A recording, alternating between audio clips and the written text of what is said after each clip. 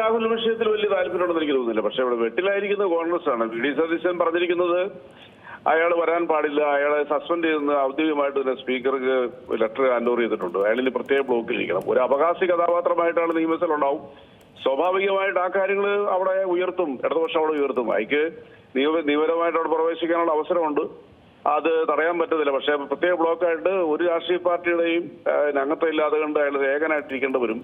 അപമാനിക്കപ്പെടുന്ന അല്ലെങ്കിൽ നാണം കെട്ട അയാൾ വന്നിരിക്കാന്നല്ലാതെ കണ്ട് അതിനകത്ത് വേറൊന്നുമില്ല. ഇപ്പൊ CPM-നെ അല്ലെങ്കിൽ ഭരണകക്ഷിയെ സംബന്ധിച്ചിടത്തോളം ചോദ്യങ്ങൾ ഉയർത്താൻ ഒരുപാട് കാര്യങ്ങളുണ്ട്. കാരണം ഒരു അറിയപ്പെടുന്ന രാജ്യത്ത് തന്നെ ചർച്ച ചെയ്യപ്പെട്ട ഒരു സ്ത്രീ വേട്ടക്കാരൻ, ഒരു പെൺ വേട്ടക്കാരൻ, ഇങ്ങനെ നിരവധി പെൺകുട്ടികളെ ഗർഭം ധരിപ്പിച്ച് അലസിപ്പിച്ച് മരുന്ന് കൊടുത്ത് ജീവിതത്തിൽ തകർത്ത് ഇപ്പോൾ തന്നെ വീട്ടിൽ നിന്നും പുറത്തിറങ്ങാൻ പറ്റാതെ കണ്ട് ഡ്രോമയിൽ നരകയാതന അനുഭവിക്കുന്ന പെൺകുഞ്ഞുങ്ങൾക്ക് ആ രീതിയിലുള്ള അവസരം തള്ളിവിട്ട ഇയാള് പരിപാവനമായ നിയമസഭയിൽ എത്തിയിരിക്കാനുള്ള യോഗ്യനാണെന്നുള്ളതാണ് നമ്മുടെ ചോദ്യം. പക്ഷേ പ്രശ്നം അതല്ല.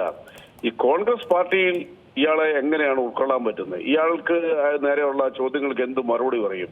അയാള് സമ്മേളനത്തിൽ പങ്കെടുക്കാൻ പാടില്ല എന്ന് തന്നെ കടുത്ത നിലപാടെടുത്ത വി.ഡി. സതീശൻ, അയാളെ സമ്മേളനത്തിൽ പങ്കെടുപ്പിക്കണമെന്ന് അവകാശപ്പെടുന്ന ഷാബി പറമ്പിലും അതുപോലെ തന്നെ KPCC പ്രസിഡന്റും. അപ്പൊ ഈ പാർട്ടിയുടെ ഔദ്യോഗിക നിലപാടെന്താണ്? അപ്പൊ ഈ വി.ഡി. സതീശനെ വെല്ലുവിളിച്ചുകൊണ്ട് സോഷ്യൽ മീഡിയയിലൊക്കെ അരങ്ങേറുന്ന അവകാശീയമായിട്ടുള്ള നാടകങ്ങൾക്ക് ഇയാളുടെ പ്രസൻസ് വലിയ രീതിയിൽ ഈ വി.ഡി. സതീശൻ പ്രതിപക്ഷ നേതാവിന്റെ നിലനിൽപ്പിനെ പോലും ബാധിക്കും.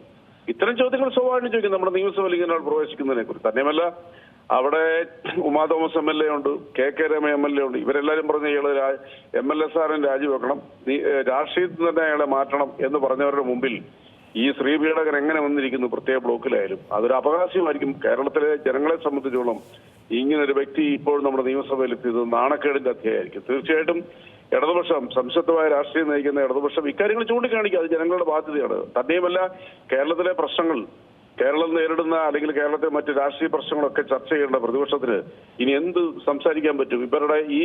ഇവർ ജയിപ്പിച്ച് നിയമസഭയിലെത്തിച്ച ഈ രാഹുൽ മാങ്കൂട്ടത്തിന്റെ പ്രസിഡൻസ് അതേ ഉള്ളൂ. അത് കൂടുതലായിട്ട് നമുക്ക് അതിനെക്കുറിച്ചൊരു വിവരണത്തിന്റെ ഒരു ആവശ്യമില്ല.